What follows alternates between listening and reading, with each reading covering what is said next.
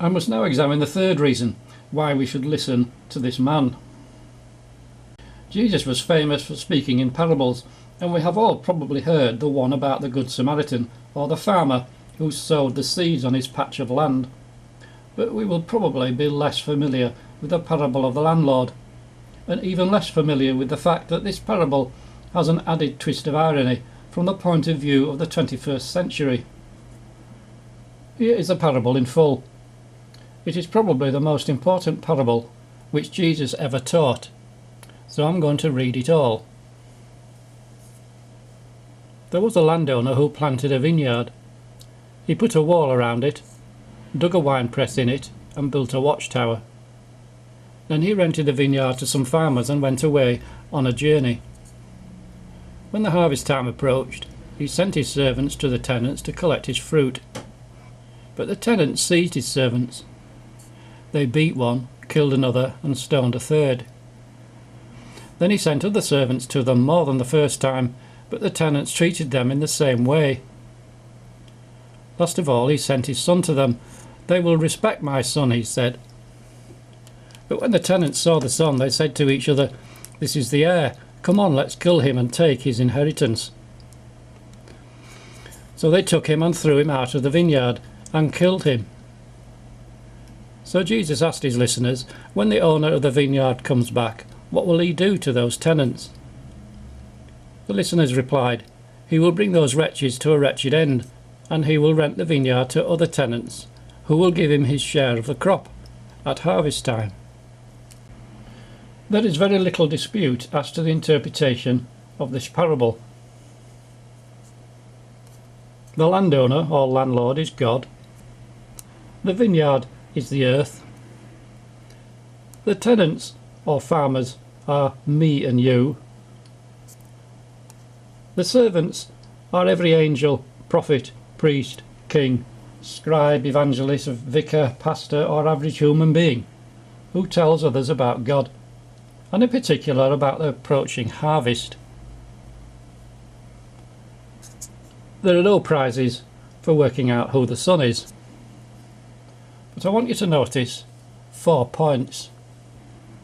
The landlord is not a dictator or a vengeful king, which most of the Old Testament Bible would like us to think. We are tenants of the earth, and therefore the earth does not belong to us, as most humanists and scientists would have us believe. The owner of the vineyard is going to return. Yes, the bad news is there will be an end of the world. And last but not least, the landlord is not here at this moment in time.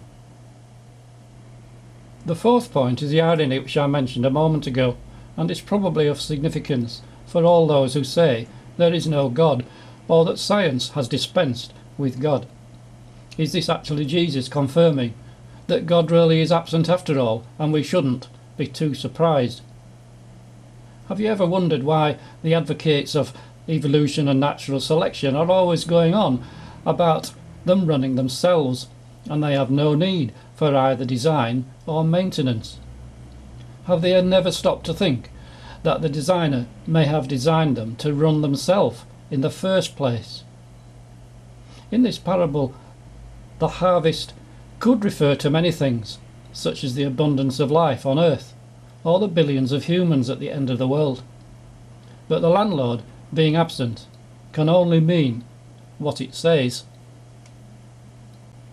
I'm now going to bring this parable up to date and place it in our scientific 21st century. The original version is on the screen, and you can compare it as I move along. There was a landlord who made planet Earth. He put a wall of protection round it, with an atmosphere, other planets, stars, a sun, and eventually a whole galaxy. The Earth is kept safely in constant orbit by the watchtower of universal gravity. Then he rented out the Earth by evolving life forms from microscopic cells. This took millions of years to happen, so he went away to look after the rest of the universe. After many millions of years had passed, the Earth was overflowing with plants, trees, fish, birds, and all manner of animals, including intelligent life called humans.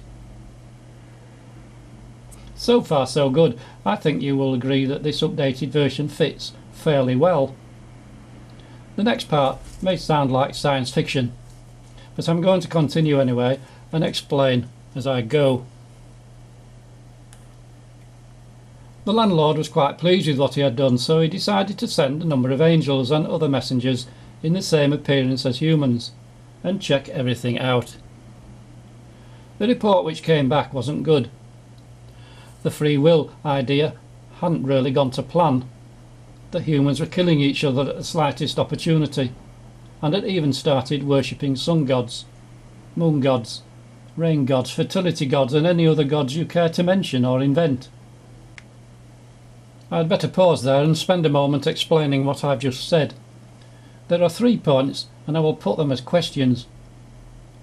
Firstly, did the landlord intervene in human affairs by sending some form of messenger? According to the parable, he tried 3 times. Secondly, had life on Earth gone pear-shaped, and the ones at the top of the food chain were killing each other and destroying the environment?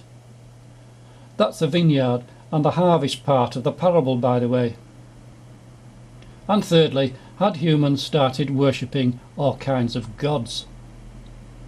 Well, if you already know a little about the early history of humans, you should have no trouble with points 2 and 3. In fact, point 2 could just as well be a description of present-day society as of human civilization 100,000 years ago. Wherever there are humans, there will be death, destruction and war, so nothing new there. Point 3 is also quite easy. It is a fact of early history that humans invented God. For everything that early man could not explain or was afraid of, he or she invented a god for. Take for example rain. When early Neolithic humans discovered a way to cultivate and harvest wild grasses and their seeds, wheat, barley and eventually bread were invented. To produce just the smallest amount of seed or grain demanded that early humans build homes in order to stay in the same place for at least a couple of years. If the rain didn't fall or too much rain fell, causing floods, who or what was to blame? The rain god. Here is another one. Early humans must have been terrified of fire, how it could hurt their bodies and eat up everything in its path when out of control. Volcanoes and bushfires must have appeared to be the most angry and harmful evil spirit ever experienced, and it must have taken a very brave generation to come up with the idea of using it to cook food and keep warm by. The use and worship of fire can be traced as far back as 200,000 years. So was a Hebrew god of the Old Testament Bible invented as well? Most people would say yes, and it is the most logical answer for those who believe that all religion is superstition. But to all these people I ask this question: why did the earliest people in the Genesis stories, the so-called Adam and Eve, the so-called Noah, and then eventually the founders of the Hebrew nation, Abraham, Isaac and Jacob, why did they all invent a god, which nobody wanted? According to Genesis, Adam and Eve rejected God. The so-called entire world rejected Noah's God. And the entire history of the Jewish nation in the Old Testament Bible is a history of rejection and failure. Have you ever wondered why the Jewish people wrote the Old Testament Bible, when it is essentially a biography of their own failure to follow a God which they apparently invented? Unfortunately, it doesn't end there. After approximately 2,000 years of history and 1,000 years of expecting a saving Messiah, why did the New Testament Jewish people reject and kill the God represented by Jesus? Again I ask the same question: why invent a God which you don't want? It is only going to get in the way. For me, there are only 2 alternatives for the world's ultimate question: Does God exist? Invention or reality? Again, there is no hard, objective evidence, but there are signposts and clues which seem to have an uncanny tendency to point in a certain direction. For example, the Jewish people are one of the oldest nations on earth, older than the ancient Egyptians or the Romans.